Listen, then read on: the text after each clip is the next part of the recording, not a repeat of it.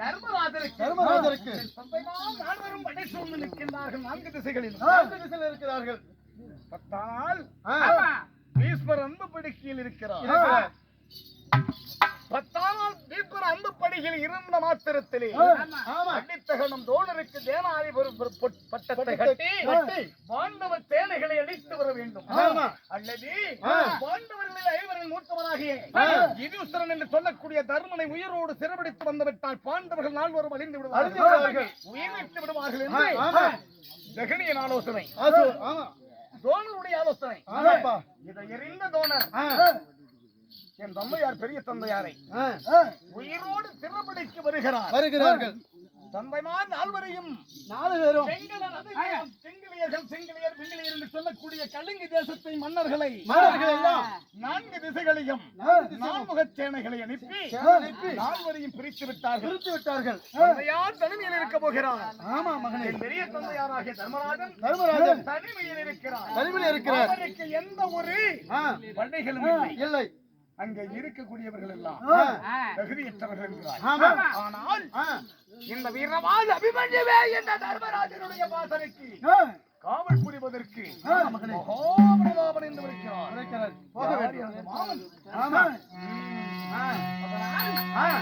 தந்தையாருடைய பாசறை காவலுக்கு நான் போவதாக இருந்தாலும் போக விடி கொடுக்கிறாயா? ஆகட்டும்.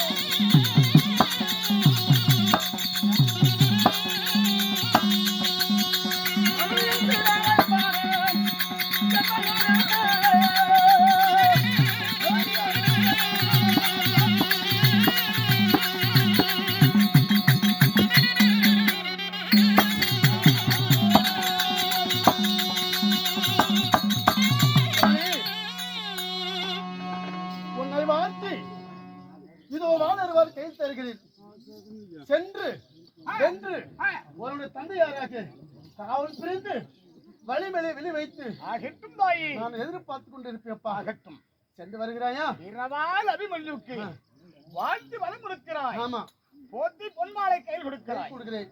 வாசரை காவலுக்கு சென்று தந்தையாருக்கு ஏதொரு இடையூறுகளும் நேராமல் காவல் புரிந்து வா மகனே என்று விളിக்கிறாய். மகனே, அப்படி ஆகட்டும். பரவாயில்ல, உனக்கு அம்மா இருக்குது. எனக்கு யாருமே எல்லாம் போட்டாங்க மேல மசாலா அடிக்க போற நேரத்துல இல்லைங்க. உனக்கு பரவாயில்ல. என்ன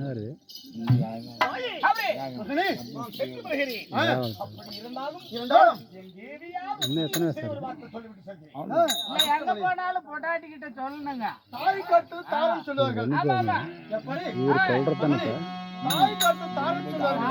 அதாவது போறீங்க, உன்னுடைய தேவையற்ற ஒரு வார்த்தை சொல்லிவிட்டு சென்று வருகிறேன் தாய். சென்று வருகிறேன். ஆகட்டும் அப்பா. மகனே அபிமன்யு, உன் பெரிய தந்தையாராகப்பட்ட தருமனை அந்த புறத்திலே நித்திரை செய்திருக்கிறார். ஆகட்டும், பாதசரையிலே நீ காவல் புரிய வேண்டும்.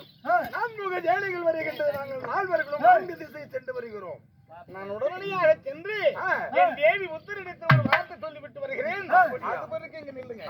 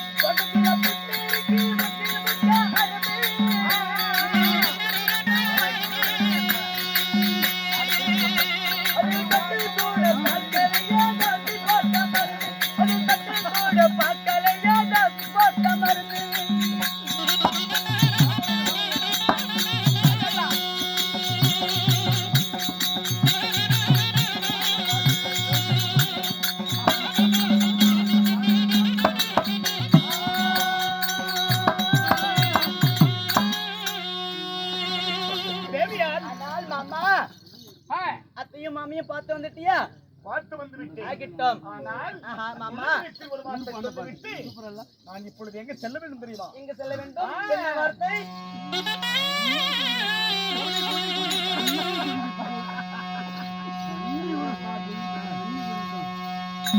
தேவி உத்தரகுமாரி. மாமா அடியாரம் பாய்த்தரை கவனிக்கும். ஐயோ ஐயோ ஐயோ.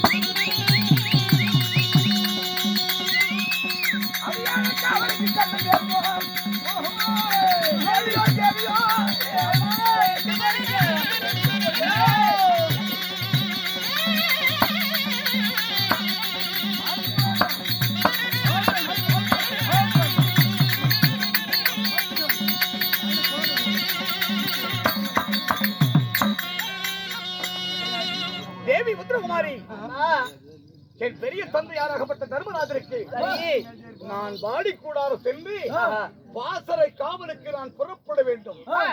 என் தந்தைமார் நால்வரும் நான்முகச் சேனைக்கு வெங்கிலியர் வெங்கிலியர் என்று சொல்லக்கூடிய கலிங்க தேசத்த மன்னர்களோடு நான்முகச் சேனைகளோடு சமுதாய யுத்தத்திற்கு சென்று விட்டார்கள். என் தந்தையாருடைய தர்மனுக்காக நான் வாசரை காவலுக்கு புறப்பட வேண்டும். அப்படியா? உண்மைதான். என்னம்மா அண்ணா என்று சீக்கிரமாக வெடி கொடுப்பாய். நம்மளோ 6 மாசம் கர்ப்பிணியாக இருக்கிறோம். நீ மட்டும் தான் இருக்கிற. நானு 6 மாசம் கர்ப்பிணியா இருக்கிறேன். இருக்கின்ற வேலையில எங்க மன்னவராகப்பட்டவர் அவங்க தந்தையார் பெரிய தந்தையார் பார்க்க போகணுன்றாரு. நம்ம எப்படி விட முடியும்?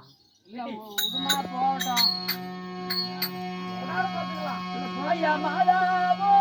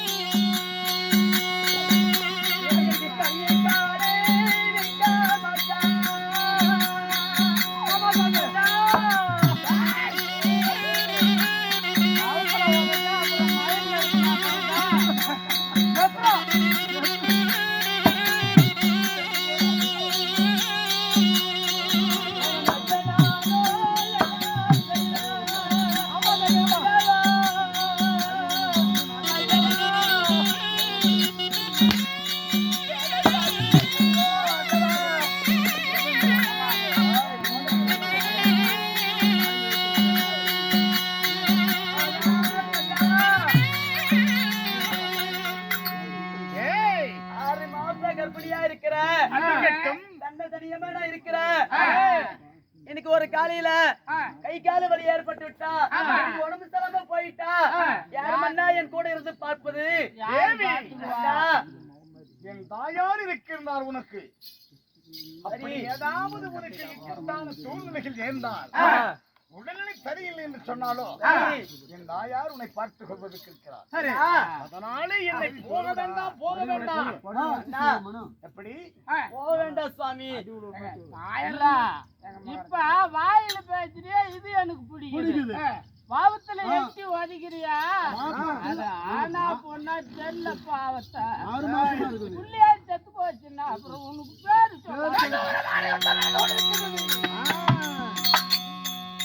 இந்த தருணத்தில் என் தந்தைமார் நால்வரும் 4 திசைகளுக்கு சென்று விட்டார்கள். கலிங்க தேசத்தின் மன்னர்களோடு கிங்கலியர்களோடு என் தந்தைமார் நால்வரும் 4 திசைகளுக்கு சென்றிருக்கிறார்கள். என் தந்தையார் பெரிய தந்தையாரை தோழர் என்று சொல்லக்கூடிய அந்த குருகுலத்தின் வேந்தன் தனுர்வேதத்தின் தலைவன். எப்படி என் தந்தை பெரிய தந்தையார் உயிரோடு சிறுபிடித்து விட்டால் என் தந்தைமார் நால்வரும் அடைந்து விடுவார்கள்.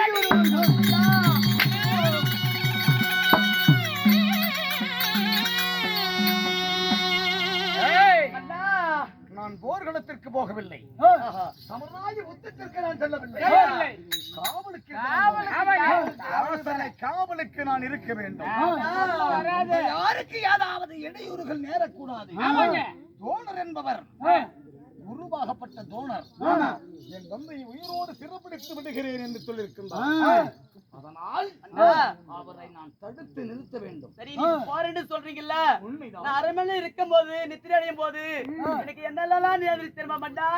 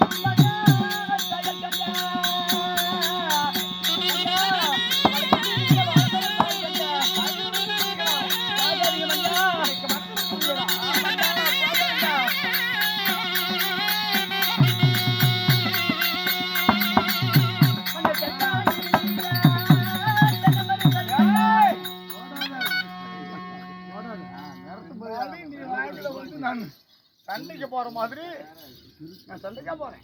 அதானே எங்க மகாராஜா இப்படி அடிச்சு சித்திரவாதம் பண்றதோட கத்திரி ஒரே குத்து குத்துல செத்து போடுவாங்க. ஒரு வேலை முடிஞ்சிடும்.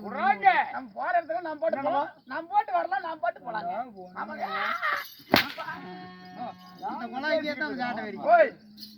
ஐயா உன் சூட்டுக்கும் இந்த சாட்டைக்கும்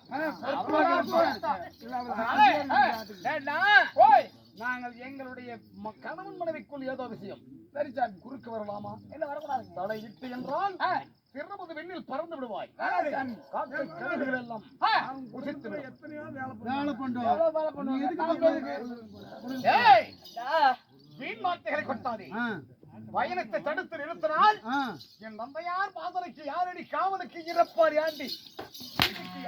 நாலு சேர்த்து போடுவோம். இல்ல அடிக்கிறவன் பொண்டாட்டி அடிக்கிறவன் ஆம்பளை கிடையாது. நான் நிறைய பேரை பார்த்துட்டேன். பொண்டாட்டி அடிக்க கூடாதுங்க. பொண்டாட்டி கடவுளா இந்த மதிக்கிறோம். கடவுளா மதிச்சாதான் வேற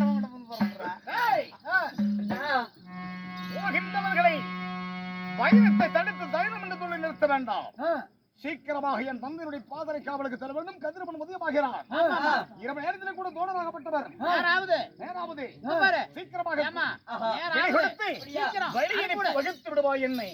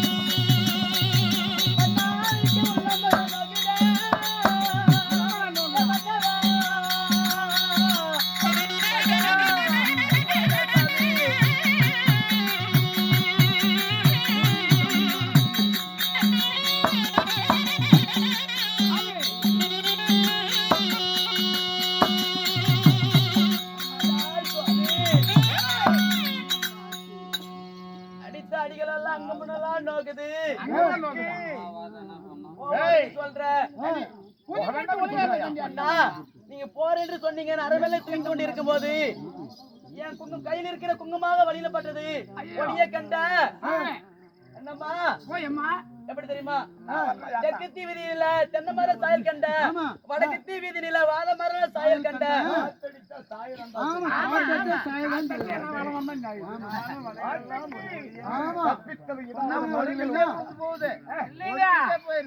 ஆனாலப்பட்ட ஆலா மரமே அடியோட புடிக்கிட்டு முந்தா நாள் சாஞ்சி போச்சு.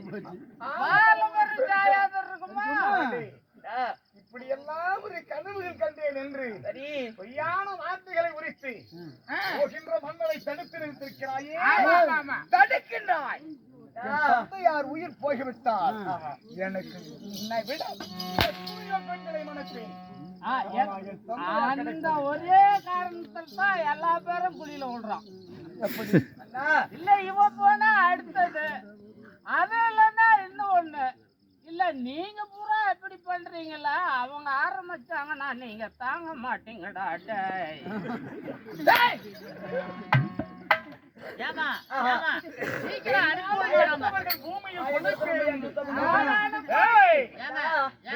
கெட்டவர்கள் பூமியில் பல பேர் உண்டு. ஆண்களால் கெட்டவர்கள் அன்றும் இல்லை இன்றும் இல்லை. அது ஏன்னா ஒன்ன மாதிரி இந்த அரைச்சி டபில இருந்தான் பாரு, அவன் பேரு கெட்டு போகணும் பழிய பொம்பளை மேல போட்டான். அது மட்டுமா போட்டான்? பெண் புத்தி பின் புத்தி சொல்லிட்டான். கடைசியில பார்த்தா பொம்பளைங்களுக்கு பின்னால புத்தி இல்ல, முன்னாடிதான். ஒன்ன மாதிரி அந்த மாதிரி கேடு கட்டவனுக்கு வருது பாரு ஒரு புத்தி. அடுத்தவன் கொண்டாடி பாக்குறதும் அவன் சொத்த கொள்ள அடிக்கிறதும் இந்த மாதிரி எல்லாம் வருது. எப்படியா நீங்க தப்பிச்சுக்கிறீங்க? இந்த புள்ள மேல புள்ளத்தாச்சு புள்ள பாவம். அடுத்தவனுடைய சொத்துக்கு ஆசை வைப்பவன் நாம ஆண்கள் இல்லையடா. அடுத்தவன் சொத்தை ஏமாற்றுத்தனமாக எங்க காட்டுறமோ அங்க காட்டி அனைத்தும் பறித்து கொள்ளையடிப்பவர்கள் பெண்களே. இல்ல ரெண்டும் கலந்தாங்க. ஆம்பளைங்களை பொம்பளையா மாறிக்கிட்டான். மாறிக்கிட்டானா நான் பட்ட பாடு எனக்கெல்லாம் தெரியும்.